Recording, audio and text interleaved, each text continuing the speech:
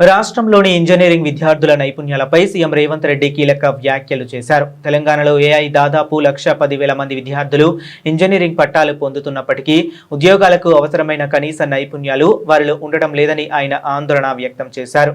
కొందరికి కనీసం job application కూడా నింపడం రాకపోవడం శోచనీయమని పేర్కొన్న సీఎం త్వరలోనే విద్యా వ్యవస్థలో సమూల మార్పులు తీసుకువచ్చి ఉపాధి అవకాశాలను పెంచుతామని హామీ ఇచ్చారు. ఇదే సందర్భంలో రాజకీయ, సామాజిక మేధావుల గురించి మాట్లాడిన ముఖ్యమంత్రి రేవంత్ రెడ్డి ఆసక్తికర వ్యాఖ్యలు చేశారు. తెలంగాణ గడ్డపై దివంగత నాయకులు ఎస్ జైపాల్ రెడ్డి మరియు కె కేశవరావు మాత్రమే అసలైన మేధావులని కొనియాడారు.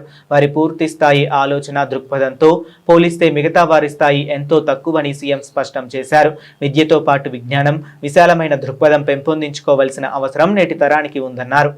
ఈరోజు కొంతమంది అంటున్నారు, నిన్న కొందరు మాట్లాడుతూ ఉంటే తెలంగాణలో విద్యాశాఖకు పూర్తి స్థాయిలో మంత్రి లేడు, అర్జెంటుగా రేవంత్ రెడ్డి గారు పూర్తి స్థాయి మంత్రిని విద్యాశాఖకు నియమించాలని. నేను మిమ్మల్ని అడుగుతున్నా, పర్ఫామ్ చేసినందుకు నేను విద్యాశాఖ నుంచి తొలగాల, లేకపోతే నర్సరీ, ఎల్కేజీ, యూకేజీ ఇంట్రడ్యూస్ చేసి నర్సరీ నుంచి 12th క్లాస్ వరకు బ్రేక్ఫాస్ట్ ఇచ్చినందుకు నేను తొలగాలనా? లేదంటే 14 సంవత్సరాలు మీ ప్రమోషన్స్, మీ ట్రాన్స్ఫర్స్ లేకపోతే 23,000 మందికి ప్రమోషన్లు ఇచ్చి 30,000 పైగా టీచర్లను ట్రాన్స్ఫర్స్ చేసినందుకు విద్యాశాఖ మంత్రిగా నేను తొలగాలనా? సంవత్సరానికి 1,10,000 మంది ఇంజనీరింగ్ గ్రాడ్యుయేట్ సర్టిఫికేట్ తీసుకొని వస్తారు.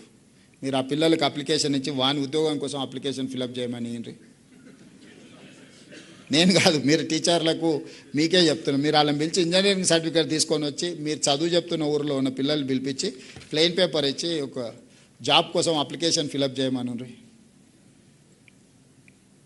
ఇది క్రిమినల్ వేస్ట్.